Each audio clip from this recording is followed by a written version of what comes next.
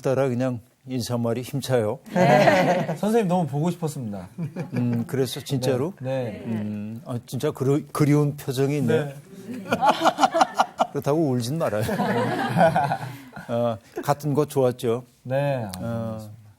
하여튼 귀한 역할하고 온 줄로 그렇게 알고 있어요. 네. 오늘 뭐 성호 씨하고 수희 씨가 이 수업에 오늘 들어왔네요. 네. 오지 말라고 하는데 오겠다고 해서 왔어요. 오늘 청강입니다. 청강. 네. 청강. 그래도 오늘 공부 통해서 여러분들도 아주 행복해졌으면 좋겠어요. 네. 네, 그럴 수 있길 바랍니다. 네. 아름다운 사람들 보면 기분 좋죠. 네. 그런데 어떤 사람이 아름다워요? 선생님이요. 미국 갔다 오더니 말이 늘어요. 아우 서비스 멘트 좋아졌죠.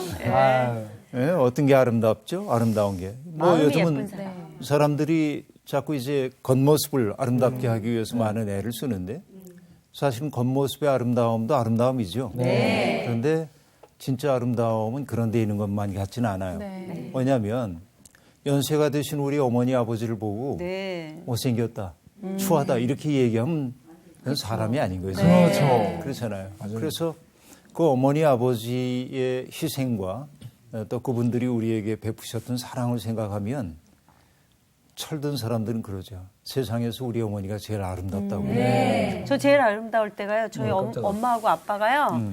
이렇게 뒷모습인데요. 둘이 손잡고 이렇게 예배당 이렇게 가실 때 그 모습 너무 아름다워요. 그렇지. 네. 그러네 정말. 진짜. 맞아요. 네. 아름다움이라고 하는 것은 그런 것 같아. 인간을 선하게 만드는 것. 네. 이것이 아름다움 같아요. 그 아름다움에 직면하고 나면 사람이 착해지기도 하고 그렇죠? 따뜻해지고 네. 이런 게 아름다움 같아요. 그래서 오늘 우리는 정말 진짜 아름다움이 뭔지 그 생각을 좀 나눠보려고 하거든요. 네. 그래서 오늘 우리의 길잡이가 되어줄 시는 시편 95편입니다. 95편. 네, 95편을 함께 읽고 생각을 해볼게요. 오늘 수업 시편 51강 오너라 우리가 엎드려 경배하자. 우리 성호 씨부터 네. 낭독을 좀 할까요? 네. 네. 오라 우리가 여호와께 노래하며 우리의 구원의 반석을 향하여 즐거이 외치자. 우리가 감사함으로 그 앞에 나아가며 시를 지어 즐거이 그를 노래하자. 여호와는 크신 하나님이시요 모든 신들보다 크신 왕이시기 때문이로다. 땅의 깊은 곳이 그의 손안에 있으며 산들의 높은 곳도 그의 것이로다. 바다도 그의 것이라. 그가 만드셨고 육지도 그의 손이 지으셨도다. 오라 우리가 굽혀 경배하며 우리를 지으신 여호와 앞에 무릎을 꿇자. 그는 우리의 하나님이시요 우리는 그가 기르시는 백성이며 그의 손이 돌보시는 양이기 때문이라. 너희가 오늘 그의 음성을 듣거든 너희는 무리바에서와 같이 또 광야의 마사에서 지냈던 날과 같이 너희 마음을 완악하게 하지 말지어다. 그때에 너희 조상들이 내가 행한 일을 보고서도 나를 시험하고 조사하였도다. 내가 40년 동안 그 세대로 말미암아 근심하여 이르기를 그들은 마음이 미혹된 백성이라 내 길을 알지 못한다 하였도다.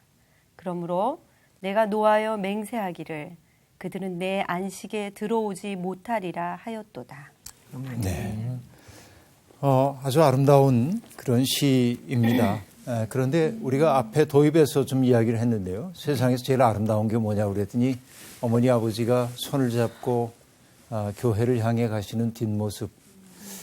머릿속에 그림만 그려봐도 아름답네요. 네. 노인들이 손잡고 다니는 모습 보면은 어때요? 좋죠? 좋아요. 왜 잡을까요? 서로 사랑하기 서로 때문에. 의지하는 것 기대는 같아요. 거예요. 힘이 딸리셔서. 현실적으로는 넘어지지 않으려고 그렇죠. 손을 잡으시는데 그렇죠? 그래도 넘어지지 않으려고 하지만 상대가 넘어지지 않기를 바라는 그 마음으로 그렇죠. 이게 얼마나 아름다워요. 그죠? 네. 사람은 비스듬히 서로 기대고 있을 때가 아름답습니다. 네. 언제나 그래요. 그래서 옛 어른들이 얘기했어요. 두 가지가 세상에 아름답다고 얘기를 하는데 하나는 내 자식의 입에 밥이 들어갈 때가 보기가 좋대요. 이게 부모님들의 마음이에요. 옛날에 가난하고 힘겨울 때는 그런 거죠.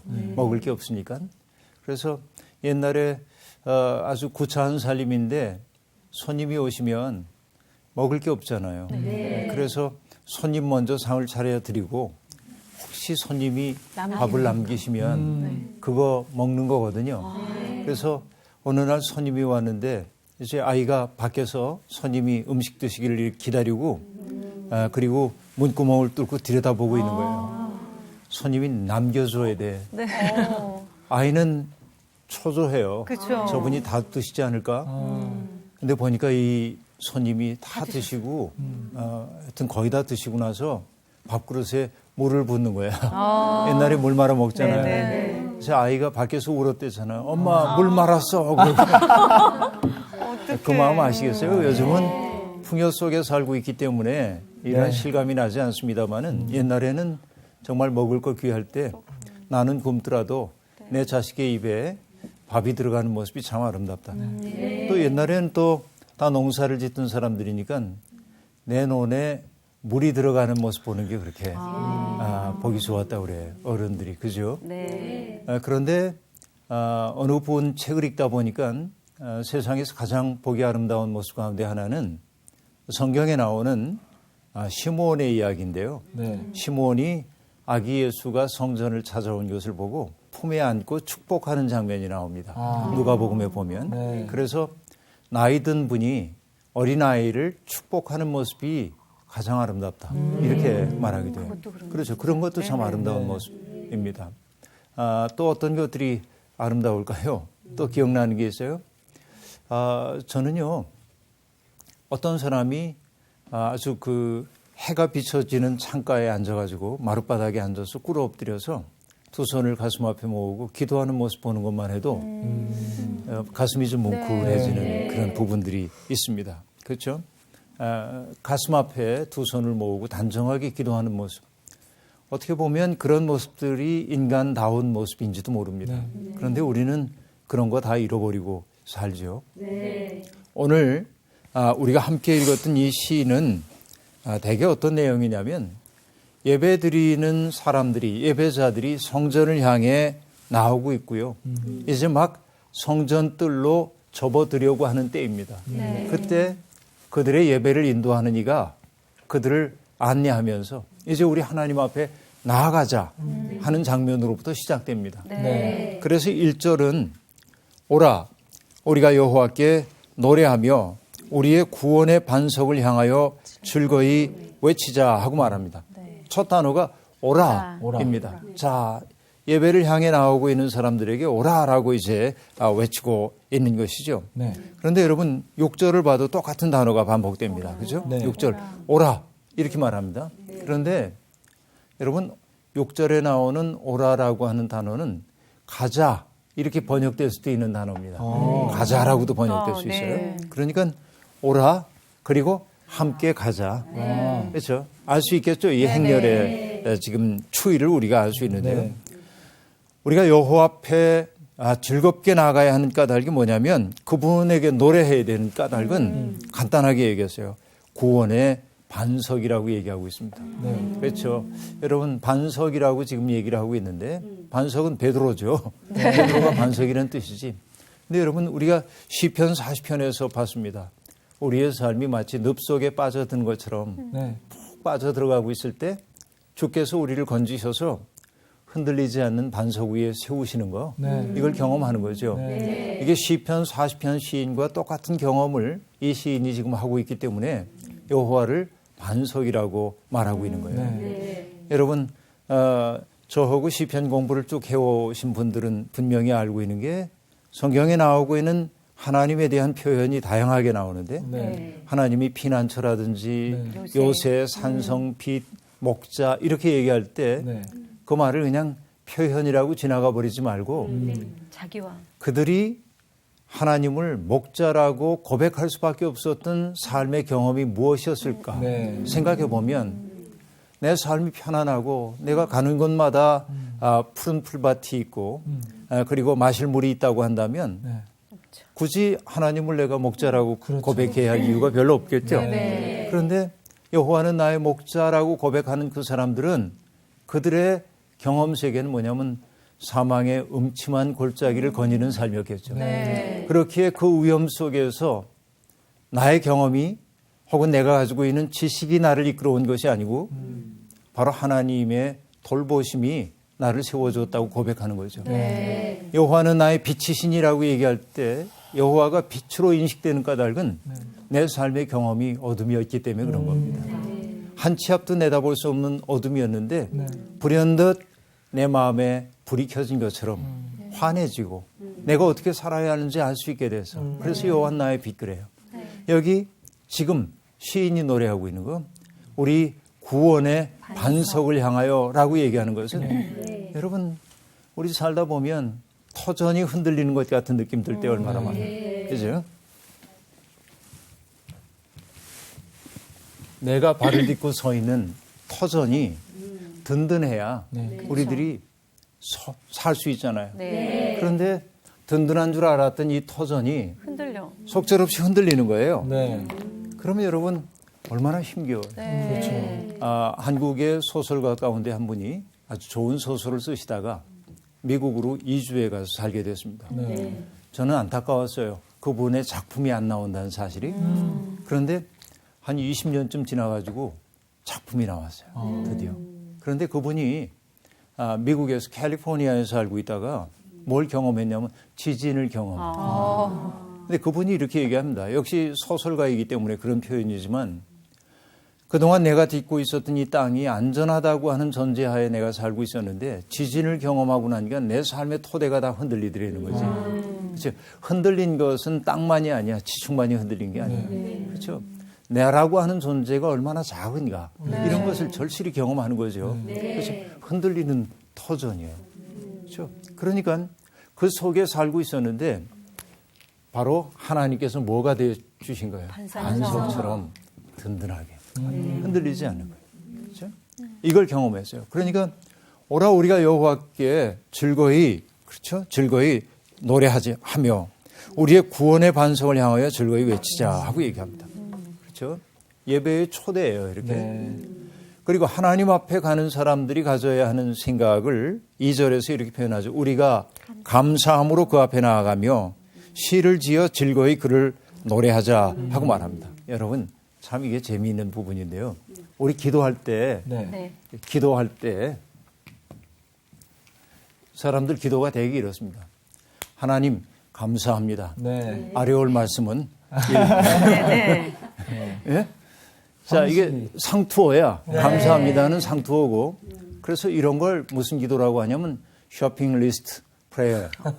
쇼핑 리스트 기도예요. 그래서 하나님 감사합니다. 아래올 말씀은 첫째 뭐도 주시고요. 둘째 뭐도 주시고요. 이렇게 하고 믿습니다. 그러는 거예요. 그렇죠. 우리가 어디 이제 뭐 물건 사러 갈 때 써가지고 가잖아요. 그래서 하나하나 사는 거하고 같아요. 마치 제가 서점에 가면 시간을 아끼기 위해서 난 언제나 사야 할 책을 메모를 해뒀다가 가면은 탁 어디에 있는지 찾아보고 찾죠. 그렇게 하는 것처럼 기도가 꼭 그래. 근데 하나님은 그 기도 들으시면서 앞에 하나님 감사합니다 그 말을 진정성이 있다고 받아들이실 리가 없어요. 그래서 기도를 셋으로 얘기를 한다고 한다면 나는 어떻게 봐야 되냐면 기도의 3분의 1은 감사에 바쳐져야 한다. 네. 그렇죠. 여러분 기도하는 시간이 예컨대 10분이라고 한다면 10분 가운데 3분 이상은 한번 하나님 앞에 내 삶이 무엇 때문에 감사한지를 한번 돌아보라고 해요. 의도적으로라도. 근데 재미나는 것은 감사라고 하는 단어는 영어로 thank you, thank인데 그것은 여러분 뭐와 관련이 있어요? think하고 관련이 있죠. 생각하다. 그렇죠. 그죠? think인데 thank you 할 때는 감사해야 되는 거. 그죠? 이렇게 쓰죠. 과거형 아니야. thank you는. 나의 살아온 지난 날을 생각하지 않을 때 감사가 없어요. 생각하는 사람만 감사를 할 수가 있어요. 그래서 정말 깊이 감사를 해라. 그 다음에 기도할 때 물론 여기에 이제 감사 속에는 참회도 포함되어야겠습니다만은 자신을 위한 기도도 해야 되지만 항상 자기 기도 속에 3분의 1 정도는 타자를 위한 중보 기도를 해봐라. 왜냐하면 그렇게 기도를 해야 하는 까닭이 내 문제만 가장 심각한 문제인 줄 알고 있거든요. 사람들이. 그런데 내가 누군가를 위해서 중보 기도를 하게 될 때 나만 인생의 어려움을 겪고 있는 게 아니고 더 어려움을 겪는 이들이 있구나 하고 생각되면 내 문제가 상대화되는 것을 느낄 수 있어요. 그렇게 될 때 비로소 내가 하나님 앞에 구하는 기도의 내용이 달라져요. 그렇죠? 그래서 이것이 이제 자기를 위한 청원 기도를 하는데 자, 대개는 지금은 어떻게 돼 있냐면 요거는 싹 지나가는 말. 요거. 그렇죠? 그리고 이건 대개 없고 그리고 전부 청원으로 되어 있는 거죠. 90% 이상이 해주세요. 청원으로. 해주세요. 이거. 그래서 여러분 금방 얘기한 대로 감사라고 하는 것은 깊이 생각하면서부터 나온다. 우리가 이 자리에 있다는 것만 해도 기적이거든요. 그렇죠. 나는 많은 사람들을 봤어요. 침 삼키는 것을 기적으로 여기는 사람도 있습니다. 그래서 병든 사람들 그렇잖아요. 또 여러분 이 대지에 발을 딛고 서보는 게 꿈인 사람도 있잖아요. 세상을 떠나신 내 아버지가 마지막까지 일지를 기록을 하셨는데 그 돌아가시기 전날 저한테 그런 얘기를 하셨어요. 이게 4월인데 밖에 피는 꽃도 보고 싶고 그러나 내가 그것을 누릴 수가 없구나. 그렇죠? 무심히 돌아가시기 전날 그런 말씀을 하셨어요. 그러니까 우리에게는 무심히 넘어가는 것들이 누군가에게는 정말 간절하고 절실하고 그런 것들이 있죠. 그래서 생각하지 않는 한 사람은 감사하기 어렵다. 오늘 우리가 감사 없이 살고 있는 까닭은 생각하지 않기 때문에 오늘 우리 시대에는 생각보다는 감각적인 것들에 반응하도록 자극에 대한 반응만 가지고 살거든요. 그래서 깊어지지 않아. 삶이 너무 피상적이 되어버리고 말아서. 그렇죠. 그래서 시인이 지금 하는 얘기가 우리가 감사함으로 그 앞에 나가야 된다. 그렇죠. 그러니까 어떠한 잘된 일들만이 있기 때문이 아니라 어떤 의미에서는 내가 내 삶의 고통과 어려움을 가지고 나아갈 수 있는 존재가 있다는 그 사실 자체도 감사한 거죠. 그러니까 그 마음으로 우리가 하나님께 가자. 그렇죠. 그리고 여러분 시를 지어 즐거이 글을 노래하자 그러는데 사람들이 그러죠. 나 시 못 쓰는데. 네. 선생님은 하실 수 있는데. 시를 지어 그 앞에 나가자 그러는데요. 여러분 재미나는 게 시는 특별한 사람만 쓰지는 않아요. 누가 쓰냐면 사랑에 빠진 사람은 다 시인이에요. 그렇죠. 네. 연애해봤잖아요. 연애하면 어떻습니까? 표현이 달라져요. 정규 씨? 예. 그렇든가요? 세상이 아름답습니다. 시 좀 한번 써보시죠. 그러게요. 수도 없이 썼어요. 네. 제가 사실 이제 편지도 자주 쓰고 하는데 표현이 시적이야. 그때마다 조금씩 달라져요. 오글거린가요? 당연하죠. 네. 이게 재미나는 게 뭐냐면 여러분 정호승이라고 하는 시인의 시 가운데 예수님을 가리켜서 뭐라고 그러냐면 당신은 모든 사람을 시인이게 하는 시인 그런 표현이 나와요. 물론 이것은 시인 예수라는 시에서 나오는 얘기입니다. 그렇죠? 그분과 만나고 났더니 모두가 시인이 돼서. 근데 그 시인은 여러분 우리가 시집 내는 시인인 것이 아니고 시인은 어떤 사람이냐. 이전에는 볼 수 없었던 것을 보아내는 사람이에요. 우리에게 주어져 있는 일상의 순간 가운데서 그냥 흘러 지나가고 있는 일상이어서 내가 그걸 의미를 알지 못했는데 어떤 순간이 도드라지게 내게 광희를 띤 채 다가오는 걸 딱 언어로 포착해내는 사람들이 시인이에요. 그렇죠? 이건 새로운 경험이 있을 때만 새로운 언어 나오죠. 그런데 사랑에 빠진다고 하는 것은 사랑에 빠지는 순간 이전에 내가 세상을 보던 방식과 전혀 다른 방식으로 세상을 보기 시작해요. 삶을 하나하나를 보아도 그냥 보통으로 보아지지 않는 거예요. 여러분 전에도 얘기했나요? 연애하고 있던 두 젊은이가 비밀스럽게 사귀고 있었는데 네. 그런데 같이 MT를 갔어요. 네. 농화를 가서 농화를. 농활. 근데 같은 공간 속에서 같이 일하니까 얼마나 가슴 벅차. 네. 늘 만나면 저녁 되면 헤어지고 그래야 되는데 생각나네. 생각나. 큰일 났네. 생각나죠? 그래요? 네. 그런데 노골적으로 그 옆에 가가지고 이럴 수가 없어. 네. 그래서 둘이 약속했대잖아. 네. 내가 일어나서 허리를 펴고 어디를 바라보고 있으면 네 생각하는 거야. 아우, 웬일이야. 정말. 좋은데요? 네, 그죠? 네. 손이 오그라지네요. 그럴 때가 좋은 건데. 그러니 여러분 그렇게 사랑에 빠진 사람들에게는 사물 하나하나도 달리 보이죠. 달리 보이는 거예요. 그게 바로 뭐냐면 시인이 되게 하는 거예요.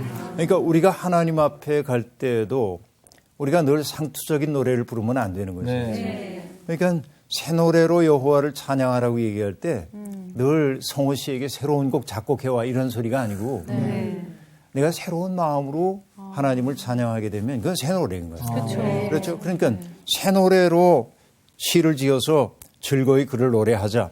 자, 우리가 하나님을 그렇게 새롭게 노래해야 하는 까닭은 뭐냐면 그분은 크신 하나님이에요. 네. 여러분 이거 아무것도 아닌 얘기처럼 들리지만 굉장한 얘기입니다. 자, 여러분 믿음이라고 하는 것은요. 결국 내가 믿음을 갖고 산다고 하는 것은 네. 나의 시선이 세상을 바라보는 나의 전망이 이렇게 좁아진 게 아니고 네. 확 넓어진 거예요. 네. 그렇죠? 맞아요. 큰 지평 안에서 네. 큰 지평 안에서 자기의 삶을 바라보기 시작하는 것이 믿음의 생활이라고 얘기할 수 있어요. 네. 하나님이 크시다. 크신 하나님. 이렇게 얘기합니다. 그러면서 하나님이 크다고 하는 것을 뭐라고 설명을 하냐면 모든 신들보다 크신 왕이다. 땅의 깊은 곳이 그의 손안에 있고 산들의 높은 곳도 그의 것이다. 바다도 그의 것이라. 그가 만드셨고 육지도 그의 손이 지으셨도다 하고 말합니다. 자, 어떻게 보면 우리가 익히 하는 이야기를 반복하는 것처럼 보일 수도 있습니다. 네. 이것이.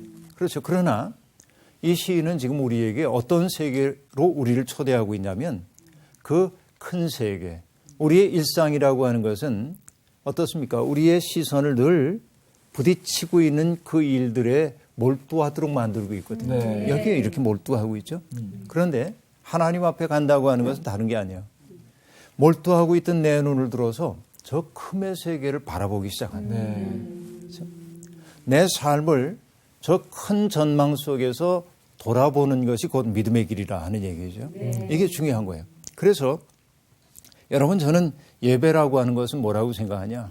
그분의 크심 앞에 서는 것이 예배예요. 네. 그 크심 앞에. 그래야 일상생활을 통해서 좁아진 우리의 삶이 제대로 보이기 시작한다는 얘기예요. 근데 여러분 인간을 행복하게 만드는 감정들이 있어요. 네. 여러 가지가 있어요. 사람들은 내가 원하는 것이 내게 올 때 내가 소유할 수 있을 때 행복하다고 느낍니다. 그렇죠? 네. 내가 바라는 게 뭐가 있을까? 저는 생각나는 게 책밖에 없어가지고 요즘 나온 어떤 책 전집을 내가 가지면 얼마나 좋을까. 역시 우리 선생님. 근데 정말 재미나는 일은 있었어요. 네. 간절하면 찾아와요. 그게. 이루어져요. 외국에서 책을 사는데 네. 외국에서 책을 이제 어떤 작가의 책을 10여 권을 이렇게 쭉 주문을 하는데 네. 배송비하고 그러니까 돈이 꽤 들어. 그렇죠. 그러다가 그분의 책 가운데 제일 큰 책, 이렇게 두꺼운 책이 있었어요. 무거우면. 그 책을 주문하고 싶은데 너무 비싸. 망설이다. 이건 나중에. 그랬거든요. 네. 근데 우리 교인 한 분이 미국 출장을 갔다 오더니 설마? 목사님 책 한 권 사왔는데요. 그거야. 얘기한 적도 없는데. 전혀 얘기한 바가 없어요. 근데 그 책을 딱 사왔어. 어떻게 하셨지? 그러니까 뭔가 통했나 봐요. 아니, 목사님 기도하실 때 크게 기도하시는 거 아니에요? 난 그런 거 크게 안 했죠. 네. 이야. 근데 너무 기쁘셨겠다. 네? 너무 행복했죠. 정말로 행복했죠. 근데 꼭 그 얘기를 하고자 함이 아니라 뭔가 내가 원하는 것이 이루어지고 바라는 것을 내가 획득하게 됐을 때도 행복하지만 네. 네. 인간의 진짜 행복은 어디에서 오냐면 아름다움 앞에 섰을 때입니다. 뭔가 아름다운 것들을 경험할 때 사람은 행복해져요. 맞아요. 그렇죠? 네. 지금 정규 씨가 격하게 공감을 하고 있는데요. 그렇게 아름답니까? 아니 좋은 걸 또 많이 보고 왔잖아요. 저희가. 그냥 자연 이렇게 좋은 것만 봐도 그렇죠. 와. 네. 마음이 그래서 중요한 건 뭐냐면은 사람들에게 있어서 우리가 잃어버리고 있는 것 가운데 하나가 감탄사인데 금방 정규 씨가 얘기한 대로 와. 그게 없어요. 이거를 종교 체험을 어떤 분은 아하 익스피리언스라고 그러는데 아하 경험. 그러니까 그냥 일상에 갇혀 살면 그럴 데가 없거든. 와 그럴 데가 없거든. 그래서 때때로 자연 앞에 가면 와 그러거든요. 근데 사람이 좀 여유가 없고 너무 쫓기고 살다 보면 정말 하늘 한번 쳐다보지 못하고 그렇죠. 살 때가 많잖아요. 그렇죠. 그러니까 좀 여유가 있고 하나님이 주시는 이 평안함이 있으면 모든 게 좀 여유롭고 좋게 보이는 것 맞아요. 같아요. 그래서 자꾸 고개 드는 연습을 해야 돼. 우리가 수영을 하면서 수영하다가 고개를 돌려가지고 네. 숨 쉬잖아. 네. 그것처럼 여기에만 몰두하지 말고 가끔 고개를 들어서 큰 세계를 바라보는 사람은 네. 자기의 현실의 인력에 속절없이 끌려다니지는 않아요. 힘이 생기는 거예요. 그게. 네. 이게 중요해요. 근데 여러분 프리드리히 힐러라고 하는 분이 있습니다. 독일 작가인데요. 네. 이분은 괴테하고 비슷한 시기에 활동했던 분이에요. 네. 근데 이 쉴러라고 하는 분이 인간을 아름답게 만들기 위해서 필요한 것은 뭘까? 이것은요, 쉴러 얘기로는 아름다움을 그들 속에 향유할 수 있는 능력을 키워주는 것이 인간을 가장 아름답게 만드는 방법이라고 얘기해요. 인간답게 만드는 거. 아름다움을 향유할 수 있는 능력을 주는 거죠. 그 능력마저도 없나 보죠. 없죠. 그건 익혀야 돼. 그래서 슐러가 하는 얘기가 뭐냐면 아름다움을 경험하도록 해줘야 하고 또 하나는 뭐냐 인간을 인간답게 해주는 거. 놀이야. 함께 놀 수 있어야 돼. 노는 인간이 좋아. 너무 일만 하는 인간 말고 노는 인간이 좋아. 그래서 프리드리히 힐러가 하는 얘기가 뭐냐면 우리는 어떤 일을 할 때 항상 유용성 이것이 유용한가 꼭 해야 하는 일인가 이렇게 따지잖아요. 이걸 유용성의 사슬이라고 표현하는데 그분은 유용성의 사슬에서 벗어나서 아름다움 그 자체를 열망의 대상으로 삼는 것이 놀이래. 그러니까 우리는 유용하기 때문에 노는 게 아니라 그냥 즐거워서 놀아요. 그렇게 놀게 될 때 아름다워져 사람이. 근데 요즘의 교육을 보면 따져요. 아이들 교육 보면 따져. 노는 일이 별로 없죠. 애들은 제가 계속 학원 제가 다니고. 엄마인 입장인데도 그렇죠. 놀 시간이 없어요. 그죠. 작은 애가. 그래서 지난달부터 다 끊었어요. 그래서 요즘 축구 시키신다고. 축구, 뭐 농구, 뭐 밖에서 지금 계속 놀고만 있는데요. 아이들에게 내 생각에는 아이들에게 가장 중요한 게 있다고 한다면 그의 인생 전체로 따져본다고 한다면 아름다움을 향유할 수 있는 능력. 아름다움 앞에 멈추어서 감탄할 수 있는 능력을 키워주는 것보다 좋은 교육은 없다. 그렇게 생각해요. 근데 어쨌든요. 또 하나는 인간이 아름다워지는 행복해지는 또 하나의 감정은 숭고함의 감정이에요. 어떤 일을 보면서 우리가 숭고함을 느낄 때가 있어요. 대개 숭고함은 신적인 무한함을 우리에게 상기시켜줘요. 숭고한 감정은 거기에서 와요. 그러니까 숭고한 것은 어떤 큼에 대한 경험이야. 정신적으로 큰 세계를 경험했을 때 숭고함을 느껴요. 사람들이. 그렇죠. 그러니까 대단히 그 위대한 사람인데 자기의 위대함 속에 머물지 않고 다른 이들을 위해서 자기를 낮추고 희생하는 그가 겪는 비범한 고통 속에서 인간은 숭고함을 느껴요. 다시 얘기하면 여러분 어떤 얘기입니까? 예수 그리스도가 십자가에 못 박히셔서 저들의 죄를 용서해 주십시오라고 얘기하는 그 광경은 아름다움이라고 말할 수가 없어요. 뭡니까? 숭고한 거죠. 인간의 정신이 얼마나 아름다울 수 있는지를 보여주잖아요. 그런 것 앞에 자꾸 쓰게 될 때 인간은 자기 속에 행복의 가능성이 점점 커지는 거예요. 그렇죠. 그래서 이 시인이 지금 뭐냐? 하나님 앞에 예배드린다고 하는 것은 아까 얘기한 대로 뭘 주세요가 아니라 내 삶을 그 큰 세계 앞에 세우는 거예요. 하늘도 땅도 바다도 다 지으신 그분의 크심 앞에 나의 존재를 정의시키는 거죠. 그렇죠? 그래서 그분 앞에 우리들이 무릎을 꿇자. 네. 그 큰 세계 앞에. 이렇게 얘기하고 있습니다. 우리가 굽혀 경배하며 우리를 지으신 여호와 앞에 무릎을 꿇자 하고 말합니다. 여러분, 아까 우리가 얘기했는데 아름다움에 대해서 얘기했는데 정말 하나님 앞에 두 손 모으고 있는 이 자세가 아름답습니다 하고 말했는데 네. 하나님 앞에 무릎을 꿇고 있는 사람들의 모습도 참 아름답습니다. 맞아요. 그렇죠? 왜냐하면 여러분, 우리는 무릎을 꿇는다고 하는 것은 때때로 굴욕적일 때가 있습니다. 요즘 우리 사회에서 갑질하는 이들이 있죠. 무릎 꿇리고. 네. 여러분, 악마적입니다. 그것은 내 마음과 내 뜻에 맞지 않아요. 맞지 않는다고 그래가지고 어떤 사람에게 무릎 꿇어 하고 얘기한다는 것은 너무 굴욕적이에요. 그의 내면 속에 굴욕감을 내면화하도록 만들어요. 자기에 대한 부정적 정체성을 만들어내요. 자, 그때는 모면하기 위해 무릎을 꿇었다고 할지라도 그 기억, 무릎을 꿇었던 굴욕스러웠던 기억이 한평생 지우기 어려운 상처가 될 수도 있습니다. 그렇죠. 그런데 어떤 의미에서 우리가 그런 헛된 권위 앞에 무릎을 꿇지 않기 위해서는 하나님 앞에 무릎을 꿇을 수 있어야 돼. 사람은 하나님 앞에 진정한 권위 앞에 무릎을 꿇을 수 있을 때 참 사람이 됩니다. 그래야 헛된 권위 앞에 무릎을 꿇지 않을 수 있습니다. 반치환이라고 하는 시인이 있는데요. 네. 그 시인의 시구 가운데 이런 게 있어요.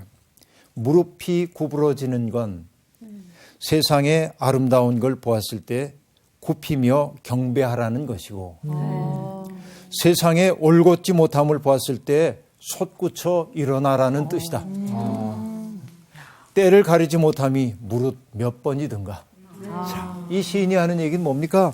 자, 아름다운 걸 보았을 땐 무릎을 굽혀 경배해야 하는데 그러지 못하고. 그렇죠? 세상의 올곧지 못함을 보았을 때는 솟구쳐 일어서야 하는데 오히려 그 앞에 무릎 꿇고 이거 분간하지 못한 적이 얼마나 많았는가. 이 시인의 아주 고백이죠. 그런데 우리가 하나님 앞에 하나님의 권위 앞에 무릎을 꿇을 줄 아는 순명할 줄 아는 사람이라야 아까 얘기한 대로 헛된 권위 앞에 주저앉지 않을 수 있는 거예요. 여러분 주기철 목사님이라고 아세요? 네. 순교 당하셨죠? 네. 이 주기철 목사님이요.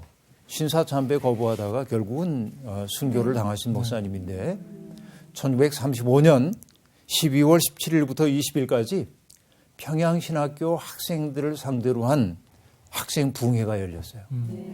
그때 이 목사님이 설교를 하셨는데 설교 제목이 일사각오. 일사는 뭐예요? 죽음에 대한 각오이죠. 그렇죠? 이 목사님은요. 디드모라고도 불렸던 도마가 자신의 동료 제자들에게 얘기하잖아요. 우리도 그와 함께 죽으러 가자. 예수님이 고난을 향해 나간다니까 도마가 그러거든. 우리도 주님과 함께 죽으러 가자. 그 본문인 요한복음 11장 16절을 본문으로 삼아서 신학교 학생들 가슴에 불을 지르는 설교를 한 겁니다. 자, 주님께서 최후의 피 한 방울까지 다 쏟으시며 우리를 위해 죽으셨는데 어떻게 우리가 죽음을 두려워하겠는가?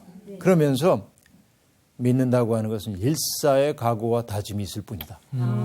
그 설교 가운데 한 대목만 제가 읽어드릴게요. 네. 사랑하는 나의 교우 여러분, 그리스도의 사람은 살아도 그리스도인답게 살고 죽어도 그리스도인답게 죽어야 합니다. 죽음이 두려워서 예수를 버리지 맙시다. 풀의 꽃같이 시들어 떨어질 목숨을 아끼다가 지옥에 떨어질까 두렵습니다. 더럽게 무릎을 꿇고 사는 것보다 차라리 죽고 또 죽어 주님을 향한 각오와 다짐과 정절을 지켜나갑시다. 다만 나에게는 일사각오의 결의가 있을 뿐입니다. 그 다음 얘기 이렇게 나갑니다. 소나무는 죽기 전에 찍어야 시퍼렇고 백합화도 시들기 전에 떨어져야 향기롭습니다. 이 몸도 시들기 전에 주님 제단에 드려지기를 바랄 뿐입니다. 세례 요한도 스데반도 청장년의 때에 뜨거운 피를 흘려 주님을 향한 그의 다짐을 지켜나갔습니다. 이렇게 말해요. 자, 이것이죠. 금방 반칠환 시인이 얘기했던 것처럼 아름다운 것 보고, 그렇죠? 숭고한 것 보면 우리가 무릎을 꿇을 수 있어야 돼요. 그래야 사람 돼. 올곧지 못한 것 볼 때는, 그렇죠? 솟구쳐 일어설 수 있어야 된다는 거죠. 그렇죠? 그런데 우리는 이걸 뒤집고 산단 말이죠. 그래서 이 시인이 하나님 앞에 예배드리도록 사람들을 초대하면서 하는 얘기가 금방 얘기한 그거입니다. 우리가 굽혀 경배하며 우리를 지으신 여호와 앞에 무릎을 꿇자. 그렇죠?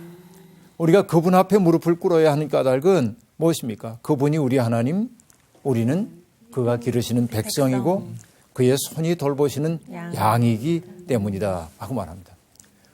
오늘 그의 음성을 듣거든, 그렇죠? 중간에 얘기가 있고 너희 마음을 완악하게 하지 말지어다 하고 말합니다. 자, 완악하다. 여러분, 완악하다. 이건 뭐냐면 다친 마음이에요. 폐쇄된 마음입니다. 그런데 폐쇄의 방향이 뭐냐면 완악한 마음은 자기에게로 폐쇄된 마음이에요. 안으로. 그러니까 자기 중심성.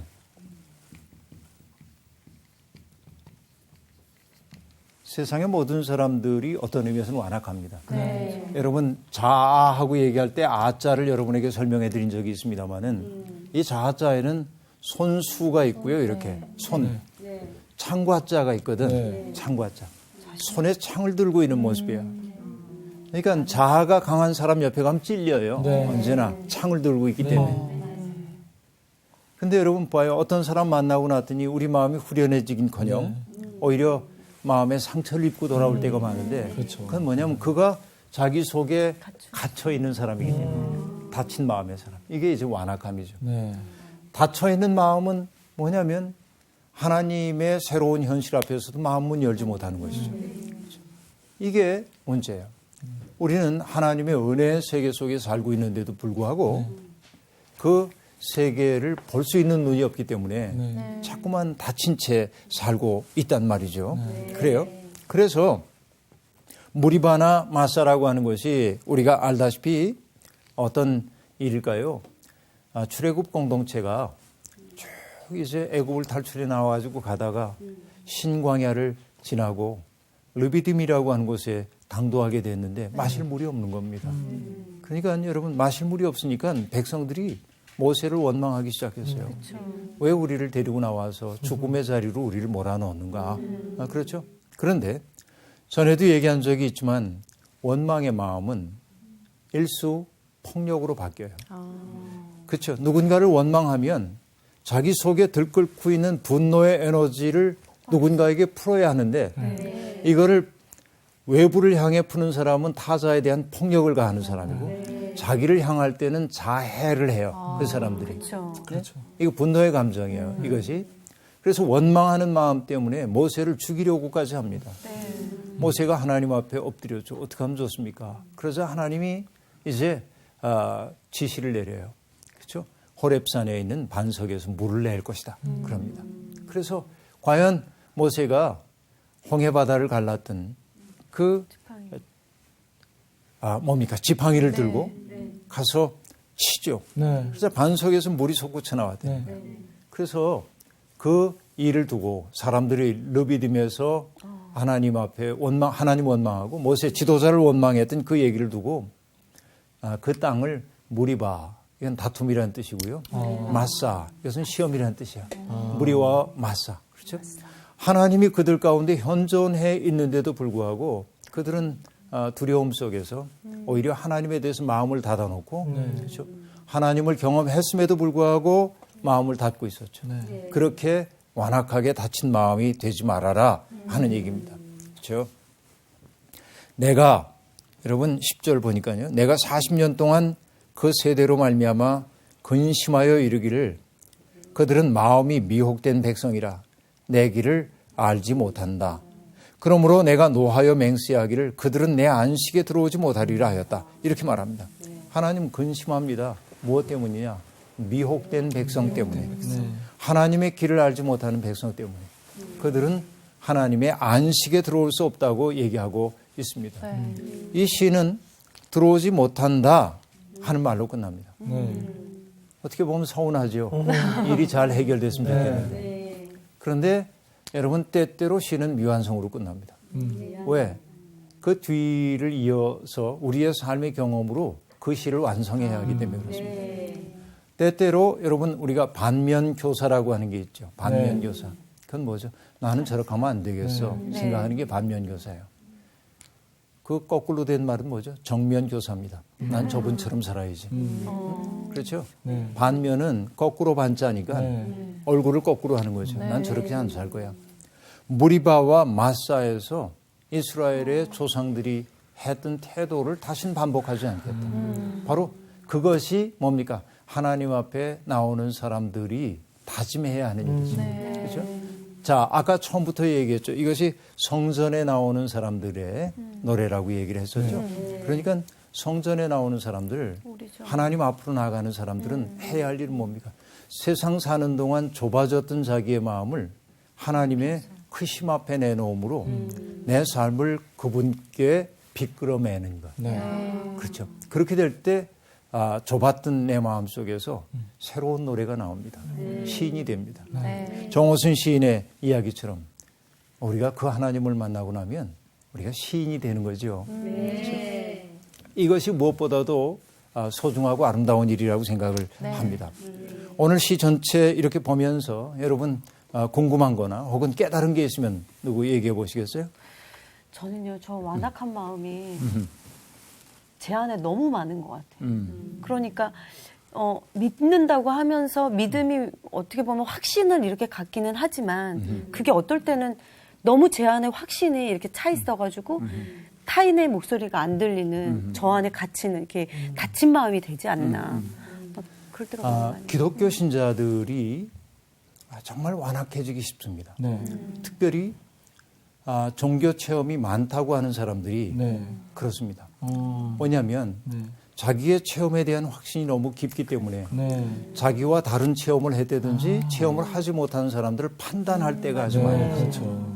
그런데 진정한 계몽되었다라고 얘기하는 것은 어떤 사람이 교양이 있다 혹은 계몽되었다고 하는 것은 뭘 뜻하냐면 나는 이것을 확신하지만 그러나 내가 잘못될 수도 있다는 가능성을 인정하는 것이 성숙한 사람입니다. 그렇죠? 그래서 자기 확신이라는 함정에 빠져가지고 오히려 자기 몰락의 길을 걷고 있는 사람들이 아주 많이 있습니다.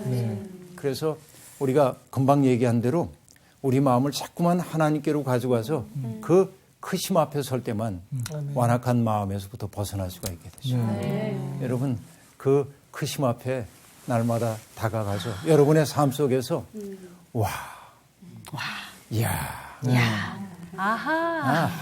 경험이 어쭈? 감탄사는 제가 진짜 많이 하는데. 그런 감탄사가 여러분의 삶 속에서 늘어날 수 있기를 바랍니다. 아멘. 오늘 설교 여기서 마칠게요. 고맙습니다. 오늘은 시간 진짜 빨리 갔네. 진짜. 진짜 아름다운 거를 진짜로 볼 줄 아는 사람.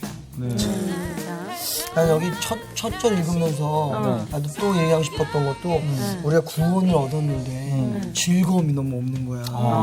그냥 뭐 해야 될 것만 많은 것 같고 야, 오늘부터 더 즐거워하는 삶을 살아내자. 그 주기철 목사님 얘기 들으면서 정말 우리가 너무 그리스도인으로서 좀 해이하게 살고 있지 않나 이런 생각을 하면서 좀 진짜 일사가고 우리도 좀 약간 다짐을 해야 될 것 같다는 생각이 들었어요. 저는 진짜 감사에 대한 부분도 다시 한번 맨 처음에 말씀드렸어요. 이번 주 퀴즈입니다. 성막들에 위치한 성막 기구가 아닌 것은 무엇인가요? 1번 물두멍, 2번 번제단, 3번 진설병. 정답을 아시는 분은 CBS 성서학당 홈페이지에 정답을 올려주시거나 우편으로 보내주시면 됩니다. 보내실 곳은 서울특별시 양천구 목동 서로 159의 1번지 CBS 성서학당 담당자 앞입니다. 연락처를 꼭 남겨주세요. 선정되신 분들에게는 대한성서공회에서 성경, 송태근 선생님의 내가 어디 있느냐, 하나님이 꿈꾸는 교회, 김기석 선생님의 오래된 세계, 신우인 선생님의 땅과 하늘의 갈림길에서 가운데 하나를 드립니다.